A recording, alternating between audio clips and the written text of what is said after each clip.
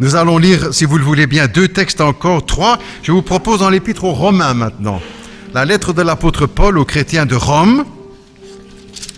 Quelques versets, Romains, au chapitre 1er, les 7 premiers versets. Voilà, les références viennent à l'écran, comme ça vous avez plus facile pour suivre. Romains, au chapitre 7, au verset 1er, pardon, et au chapitre 1er, dès le début de l'épître. Paul, serviteur de Jésus-Christ, appelé à être apôtre, mis à part pour annoncer l'évangile de Dieu, qui avait été promis auparavant de la part de Dieu par ses prophètes dans les saintes Écritures, et qui concerne son fils, né de la postérité de David selon la chair, et déclaré fils de Dieu avec puissance selon l'esprit de sainteté, par sa résurrection d'entre les morts, Jésus notre Seigneur, par qui nous avons reçu la grâce de l'apostolat pour amener en son nom à l'obéissance de la foi tous les païens, tous les non-juifs, parmi lesquels vous êtes aussi, nous sommes aussi, nous qui avons été appelés par Jésus-Christ, à tous ceux qui à Rome sont bien-aimés de Dieu, appelés saints, que la grâce et la paix vous soient données de la part de Dieu notre Père et du Seigneur Jésus-Christ. Un peu plus loin, l'épître aux Corinthiens, donc la lettre que l'apôtre Paul écrit cette fois à l'Église et aux chrétiens de Corinthe. Première épître de Paul aux Corinthiens, au chapitre 15. 1 Corinthiens 15, c'est le grand chapitre sur la résurrection. Nous ne le lirons pas en entier, nous lirons le début. 1 Corinthiens, chapitre 15. 1 Corinthiens, chapitre 15, et dès le début. Je vous rappelle, écrit l'apôtre, frères, l'évangile que je vous ai annoncé, que vous avez reçu, dans lequel vous avez persévéré, et par lequel vous êtes sauvés, si vous le retenez tel que je vous l'ai annoncé. Autrement, vous auriez cru en vain. Je vous ai enseigné avant tout, comme je l'avais aussi reçu, que Christ est mort pour nos péchés, selon les Écritures, qu'il a été enseveli et qu'il est ressuscité le 3e jour, selon les Écritures, qu'il a été vu par Céphas, puis par les 12. Ensuite, il a été vu par plus de 500 frères à la fois, dont la plupart sont encore vivants, écrit l'apôtre à l'époque, et dont quelques-uns sont morts. Ensuite, il a été vu par Jacques, puis par tous les apôtres. Après eux tous, il a été vu par moi, comme à l'avorton, car je suis le moindre des apôtres. Je ne suis pas digne d'être appelé apôtre parce que j'ai persécuté l'Église de Dieu. Par la grâce de Dieu, je suis ce que je suis, et sa grâce envers moi n'a pas été vaine. Loin de là, j'ai travaillé plus que tous les autres apôtres, non pas moi toutefois, mais la grâce de Dieu qui est avec moi. Ainsi donc, que ce soit moi ou que ce soit eux, les autres apôtres, voilà ce que nous prêchons et c'est ce que vous avez cru. Un peu plus loin, à la fin du chapitre 15 toujours, verset 53. Car il faut que ce corps corruptible revête l'incorruptibilité, que ce corps mortel revête l'immortalité. Lorsque ce corps corruptible aura revêtu l'incorruptibilité, et que ce corps mortel aura revêtu l'immortalité, alors s'accomplira la parole qui est écrite. La mort a été engloutie dans la victoire. La mort a été engloutie dans la victoire. Ô mort, où est ta victoire? Ô mort, où est ton aiguillon? L'aiguillon de la mort, c'est le péché, et la puissance du péché, c'est la loi. Mais grâce soit rendue à Dieu qui nous donne la victoire par notre Seigneur Jésus-Christ. Ainsi, mes frères bien-aimés, soyons fermes, inébranlables, travaillant de mieux en mieux à l'œuvre du Seigneur, sachant que notre travail ne sera pas vain dans le Seigneur. Jusque-là, les lectures que je vous proposais aujourd'hui un peu plus que d'habitude. Ce dimanche de Pâques, je vous propose de prolonger un peu la série que nous avons commencée ensemble il y a quelque temps sur le thème « Je veux des preuves ». Parce que pour ce sujet de la résurrection, évidemment, il y a aussi, Dieu a voulu donner des preuves. Nous rappelons courtement ce que nous avons vu ensemble. Dieu est un Dieu qui répond aussi aux attentes des hommes et entre autres, il donne des preuves. Puisqu'il est le Dieu de vérité, il dit la vérité, il ne doit pas être embarrassé de donner des preuves. C'est celui qui ment qui est embarrassé lorsqu'il doit donner des preuves, mais celui qui dit la vérité. Mais les preuves vont venir naturellement, parce qu'elles sont inscrites dans l'histoire, dans la vie.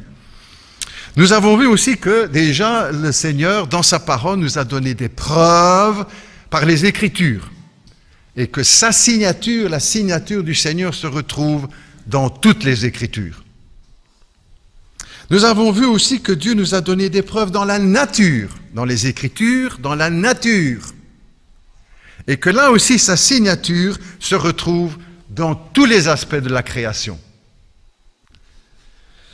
Jean Rostand, biologiste français athée qui est décédé maintenant depuis plusieurs années, avouait cependant au sujet de ces choses, il disait « Même une fleur ne peut pas être expliquée par le hasard. »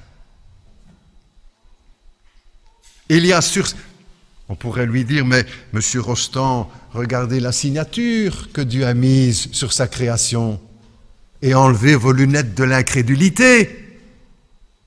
Et vous verrez dans toute la nature la signature du Créateur. Ce matin, ce dimanche de Pâques, nous célébrons la résurrection corporelle, et on insiste là-dessus, on va y revenir tout à l'heure, la résurrection corporelle de notre Seigneur Jésus-Christ. Et nous parlerons aussi, bien sûr, des preuves qu'il nous a données.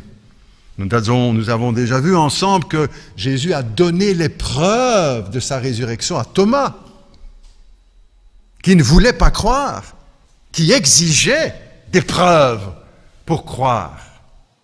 Une semaine après la fête de Pâques, le Seigneur revient dans la chambre haute, exprès pour lui, pour Thomas, pour le confondre dans son incrédulité et lui donner les preuves. Regarde Thomas, tu voulais des preuves, les voici, regarde mes mains, regarde mes pieds, regarde mon côté. Tu voulais des preuves, tu les as maintenant.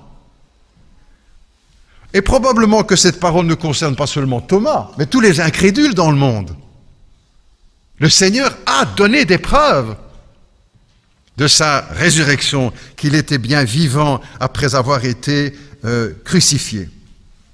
Mais la Bible nous dit aussi que, au travers de la prédication de l'apôtre Paul à Athènes, que nous avons lu tout à l'heure, en tout cas une partie, que Paul a souligné aussi que la résurrection de Jésus-Christ est une preuve.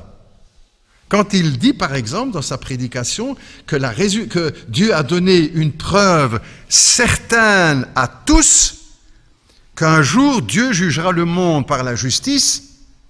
Et comment a-t-il donné la preuve? Par la résurrection de Jésus-Christ.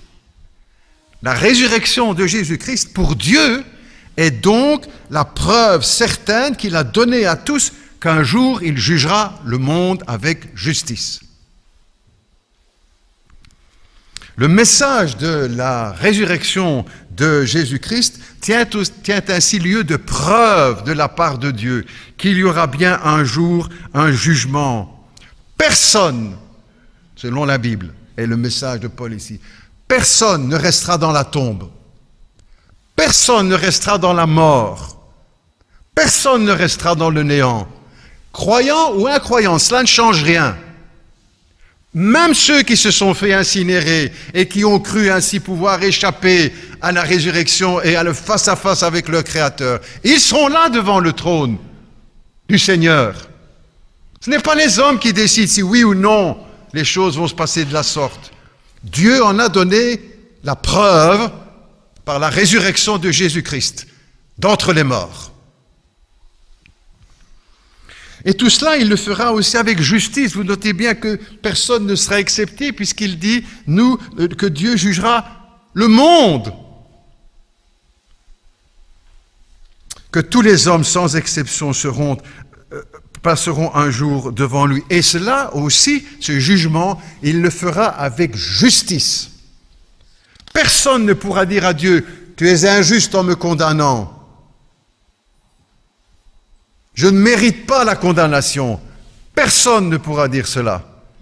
Parce que ce jugement, Dieu le fera avec justice. La Bible dit encore dans l'Épître aux Romains, que nous avons lu le texte tout à l'heure, dans l'Épître aux Romains au chapitre 1er, que Jésus-Christ a été déclaré, démontré en quelque sorte, déclaré Fils de Dieu avec puissance, selon le Saint-Esprit, par sa résurrection d'entre les morts. Donc si l'on comprend bien ce que la Bible dit, elle nous enseigne que la résurrection de Jésus-Christ est la preuve que Jésus est Fils de Dieu, que sa résurrection est la preuve de sa divinité, qu'il est Dieu fait homme, Fils de Dieu, Dieu le Fils. Dieu a donné des preuves et il nous invite bien sûr à les croire. Voilà ce que nous croyons. Et il faut le redire, n'est-ce pas? Nous croyons que Jésus-Christ est descendu du ciel. Il vient d'en haut. Nous sommes tous d'en bas. Il vient d'en haut. Il est au-dessus de tous. Voilà ce que nous croyons, qu'il a accompli les miracles que personne n'a jamais accomplis. Voilà ce que nous croyons, qu'il a parlé, le Christ, comme aucun homme n'a jamais parlé. Et cette parole reste vraie depuis 2000 ans. Aucun homme n'a jamais osé parler comme le Christ. Voilà ce que nous croyons, qu'il a accompli les prophéties, qu'il est mort pour nos péchés à la croix, qu'il a été enseveli, qu'il est ressuscité corporellement, qu'il a été vu par les apôtres, par plus de 500 personnes à la fois. Voilà ce que nous croyons. Qu'il jugera le monde avec justice et qu'il reviendra un jour dans la gloire. Quand nous fêtons Noël, nous fêtons la venue du Christ dans l'humilité, dans l'humiliation, dans le rejet, dans le mépris, dans les coups, dans la crucifixion, sous les crachats. Quand il revient dans la gloire.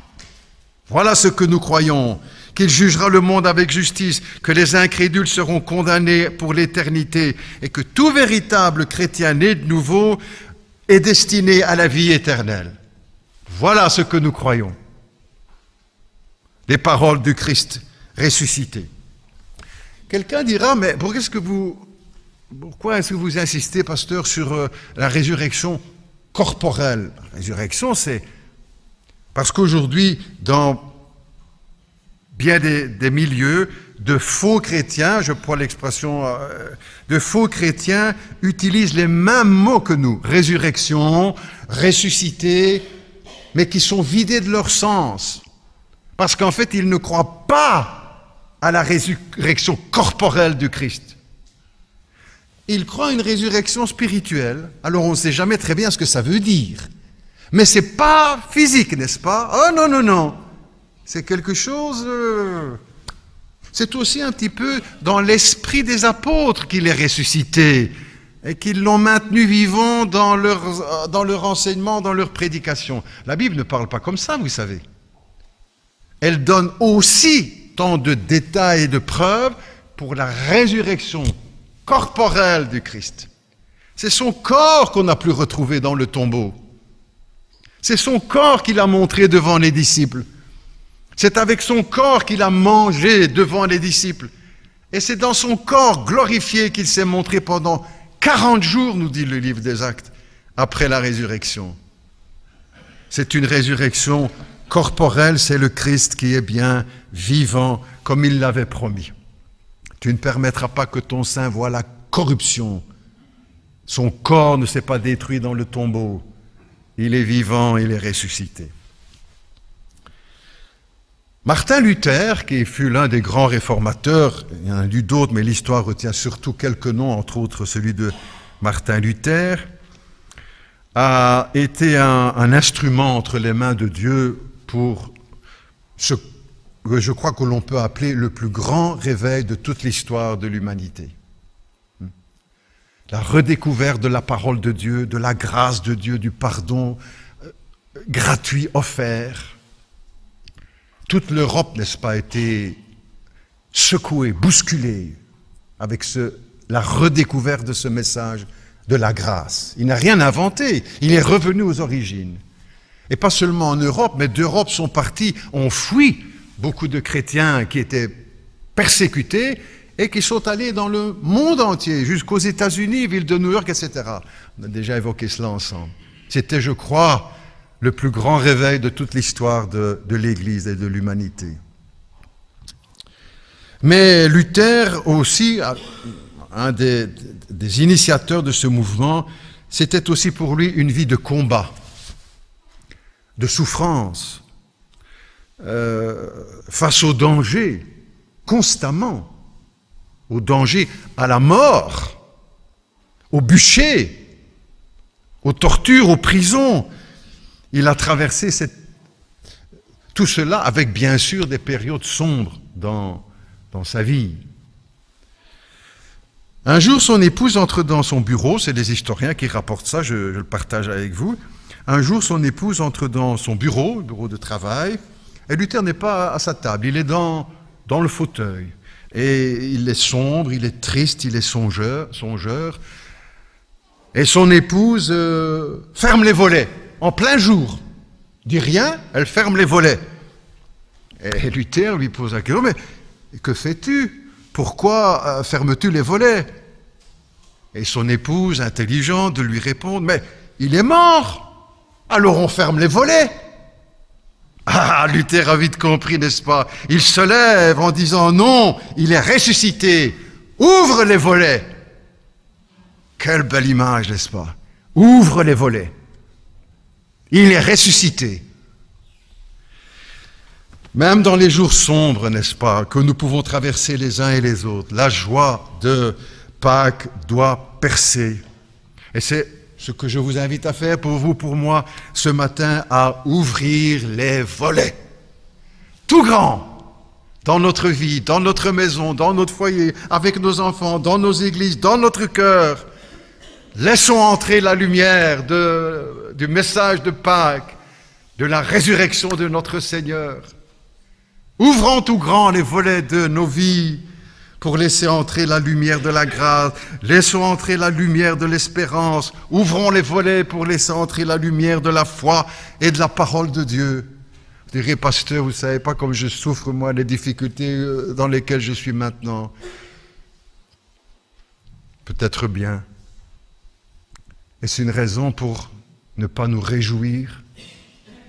C'est le seul véritable grand sujet de joie dans nos vies, la résurrection de notre Seigneur. Et avec cette résurrection, la promesse de notre résurrection, parce que nous croyons en Jésus. Il n'y aura jamais de plus beau message, ni de plus grand, n'est-ce pas? Jamais. À un moment donné, les apôtres reviennent, ils sont tout heureux, ils ont accompli des miracles, ils viennent devant Jésus, ils disent, oh, nous avons même chassé les démons. Jésus leur dit, ne réjouissez pas seulement de cela, mais surtout que vos noms sont inscrits dans le livre de vie. Bien sûr qu'il y aura des sujets de joie dans notre vie, le plus grand reste celui de la résurrection de notre Seigneur. Nous en avons tous besoin, n'est-ce pas, d'ouvrir ces volets tout grands. Et peut-être plus spécialement dans ces jours, les nuages de l'actualité assombrissent notre pays, notre vie. Je crois que personne ne reste indifférent, n'est-ce pas? C'est comme si notre pays, en ces jours, était plombé. Même si on ne connaît pas nécessairement quelqu'un qui a été blessé ou tué ou mutilé dans ces attentats. Les nuages de l'actualité ou d'autres de la maladie assombrissent notre vie. Les nuages des soucis, des chagrins, de la solitude, de la déception, du découragement. Et probablement que nous aurions les uns et les autres à faire cette belle prière, Seigneur, je fais avec vous, je fais pour moi aussi. Seigneur, aide-moi à ouvrir tout grand les volets de ma vie, de ma maison, de mon foyer.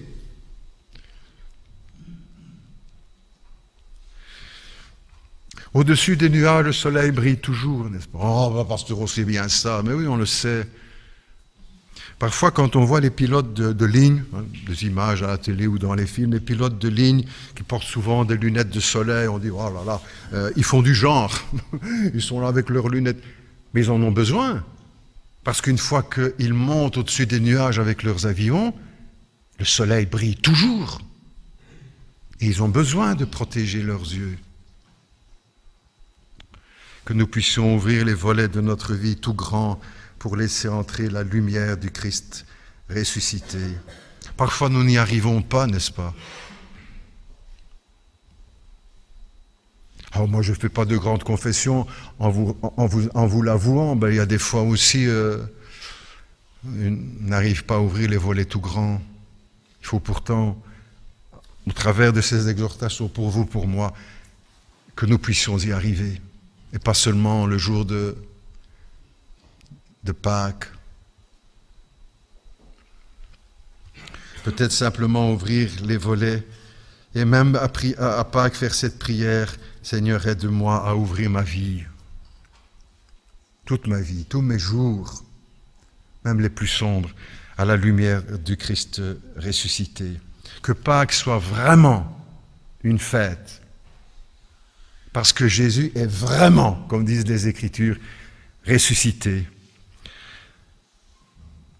Au dimanche de Pâques, vous avez remarqué qu'on a ajouté, pour les congés, on a ajouté le lundi de Pâques, ce qui nous fait encore un jour de congé en plus. Comme si la fête de Pâques, la lumière de Pâques ne pouvait pas rester là dans un seul jour, qu'elle déborde aussi sur le lendemain, sur le lundi. Comme s'il y en avait tellement que... Et on a bien fait d'ajouter le lundi, je ne sais pas qui a fait ça, bref. Parce que c'est une fête qui doit déborder. Pas à Noël, par exemple. Mais à Pâques, oui. Il y a le lundi de Pâques. Un jour en plus de congé, mais pas seulement un jour de congé, un jour de joie. Mais il devrait aussi y avoir un mardi de Pâques, un mercredi de Pâques, un jeudi, un vendredi, une année, une vie. Je ne pense pas seulement au congé, mais au message qui est dedans. La Bible nous dit justement que l'esprit est bien disposé, mais la chair est faible. On voudrait pouvoir être dans cette plénitude de la fête tous les jours de l'année, mais nous avons les pieds, nous marchons ici-bas et parfois le combat est bien difficile. Ne nous laissons pas reprendre cette joie. Je le dis pour vous, je le dis pour moi, n'est-ce pas? Parce que je prêche autant pour moi que pour vous, vous le savez bien. Peut-être plus encore même pour moi. Ne nous laissons pas reprendre cette joie par les soucis de la vie, les épreuves, les deuils, les chagrins, les maladies, les déceptions, la solitude.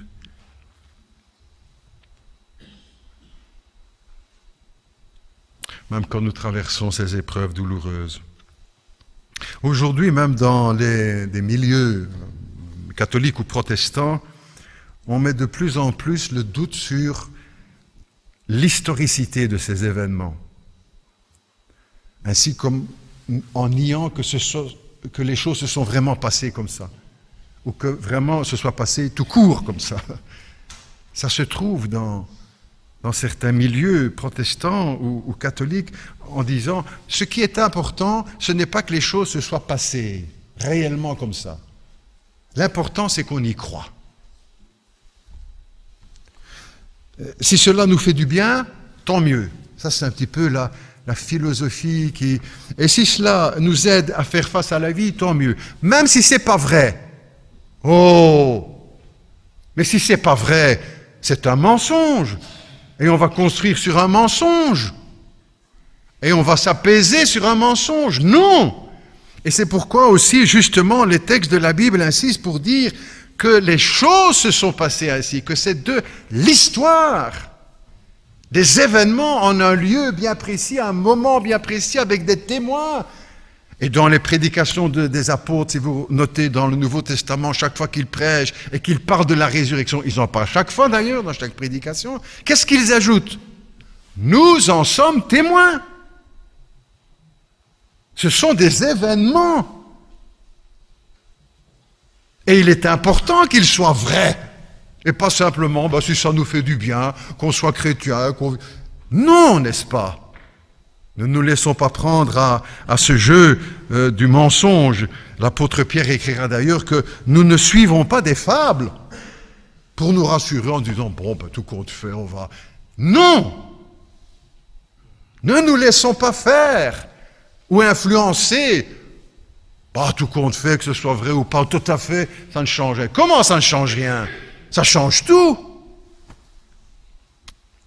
Ce sont bien des événements tels qu'ils nous sont rapportés, qui se sont passés. C'est pourquoi aussi on rappelle cette importance sur la foi en la résurrection corporelle, parce que la Bible insiste là-dessus. Que ce n'était pas dans le brouillard que Jésus est ressuscité, qu'on ne sait plus très bien quoi. Au contraire, vous avez plus de détails pour la mort et la résurrection de Jésus-Christ que pour tous les autres moments de la vie du Christ. Parce que Dieu a voulu donner des preuves, surtout sur ces événements, la mort et la résurrection de Jésus-Christ. Ne manquons pas de dire avec force le message de l'Évangile, le message chrétien. Oui, nous croyons à la mort de Jésus-Christ et qu'il est vraiment ressuscité. Sans la résurrection de Jésus-Christ, le message chrétien n'a plus rien à donner au monde, à partager au monde. Tu as déjà pensé à ça? Sans la résurrection de Christ, le message chrétien n'a plus aucune puissance. Et certains pensent que pour séduire ou attirer le monde, il faudrait supprimer tout ça parce que c'est un petit peu trop difficile à accepter au XXIe siècle. Mais ça a toujours été difficile à accepter. L'apôtre Paul, quand il prêche à Athènes, les gens disent « Oh, ça va, on va t'entendre une autre fois là-dessus. » Et d'autres se sont moqués. C'est pas seulement qu'au XXIe siècle que... Ne nous laissons pas désarçonner, n'est-ce pas? Sans la résurrection de Christ, le message chrétien n'a plus aucune force, aucune puissance. Nous serions alors, sans ce message de la résurrection, sans cette victoire du Christ, nous serions alors les hommes les plus malheureux du monde, dira l'apôtre. S'il n'y a pas de résurrection, si le Christ n'est pas ressuscité. Alors non, au contraire, il redit avec force, mais maintenant Christ est ressuscité. Et justement, les textes de la Bible, des évangiles, racontent que les choses, expliquent que les choses se sont, et insistent pour rappeler que les choses se sont bien passées tel que cela est écrit. L'écrivain français Didier Decoing, qui a reçu le prix Goncourt il y a quelques années d'ailleurs de ça, le journaliste lui pose un journaliste lui pose la question, qu'est-ce qui vous touche le plus dans le récit de la résurrection, puisqu'il est croyant? Et il dit ceci, écoute bien. Moi, je suis scénariste, écrivain et aussi scénariste pour des films, et je suis frappé, stupéfait d'y trouver le plus grand ratage de scénario de l'histoire. Attends un petit peu, hein. Ces femmes qui arrivent au tombeau, qui voient la pierre rouler, qui aperçoivent un ange, c'est dérisoire par rapport à l'immensité de l'événement. Pourtant, à mes yeux, c'est un signe d'authenticité.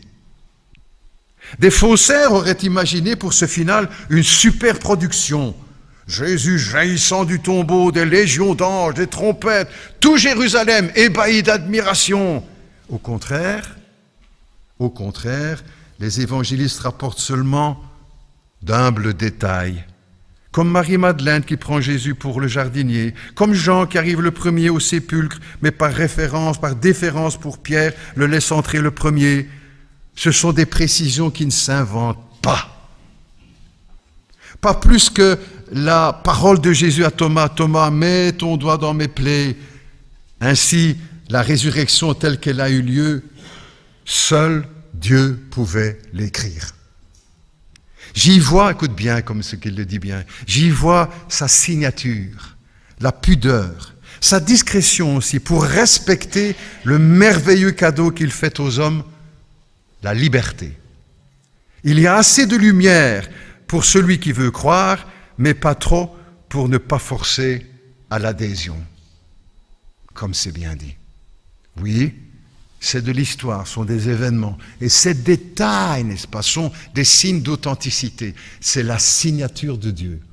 On y retrouve ce mot, la signature de Dieu dans le texte sacré. Son style, pudeur et discrétion.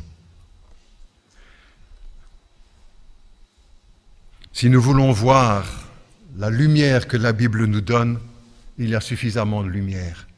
Mais pour celui qui ne veut pas voir, qui a déjà choisi dans son cœur, avant même de lire, avant de voir l'épreuve, qui a déjà décidé dans son cœur, ça ne sera pas suffisant. Pour nous tous qui sommes croyants, nous avons là l'épreuve de la foi, que notre foi ne repose pas sur le vide, comme certains le pensent. On verra bien, probablement. Non! La foi, c'est construire sur les preuves que Dieu nous a données. Jésus l'a dit à la fin de son discours sur ce sermon sur la montagne. C'est construire sur le roc. Le mot évangile veut dire bonne nouvelle, et c'est bien la bonne nouvelle de l'évangile que nous sommes invités à partager. Je termine avec un épisode que j'ai lu dans la biographie de Billy Graham, l'évangéliste, qui a maintenant, je crois, dans les 95 ans, 96, quelque chose comme ça. Et ses enfants aussi, pour la plupart, presque tous, je crois, sa belle-fille également, continuent de servir l'évangile. Plusieurs de ses fils continuent des campagnes d'évangélisation, etc. Il y a des choses vraiment très encourageantes. Bref, Billy Graham, il a rencontré beaucoup de grands hommes d'État lors de ses voyages et de ses campagnes d'évangélisation. Il rencontrait entre autres le chancelier allemand Konrad Adenauer. Quelques années de ça, il est décédé maintenant, le chancelier. Et Billy Graham lui a posé cette question, je lis puisque c'est dans sa biographie. Quelle est la chose la plus importante au monde? Demande-t-il à M. Adenauer, chancelier. Et cet homme de répondre, la chose la plus importante du monde, la question, c'est la résurrection de Jésus-Christ. La résurrection de Jésus-Christ. S'il est vivant, le monde a encore de l'espoir. Si Jésus est resté dans la tombe, je ne vois pas la moindre lueur d'espoir, d'espérance à l'horizon. Quand je prendrai ma retraite, le chancelier qui dit ça, quand je prendrai ma retraite, j'ai l'intention de passer le reste de ma vie à rassembler les preuves scientifiques de la résurrection de Jésus-Christ. Fin de citation. Il est mort depuis, il n'a pas eu l'occasion de réaliser son projet. Ce n'est pas nécessaire. Parce que Dieu s'y est mis bien avant lui, de rassembler les preuves. Parce que Dieu nous a donné les preuves dont nous avons besoin pour croire à la résurrection. C'est l'espoir du monde, n'est-ce pas? Et en dehors de cela, il n'y a aucun espoir. Et il semble que plus nous avançons dans l'histoire, plus le ciel est en train de s'assombrir. Tu dis, oh, pasteur, vous allez essayer de nous faire peur. Non, non, non. C'est devant nos yeux, n'est-ce pas? C'est à nos oreilles. Aucun espoir. Et le texte que je viens de lire, c'est un chef d'État, n'est-ce pas? Et encore il y a quelques années, si les mêmes devaient parler aujourd'hui, qu'est-ce qu'il en dirait de cette situation? Pas le moindre espoir en dehors de la résurrection de Jésus-Christ. C'est vrai!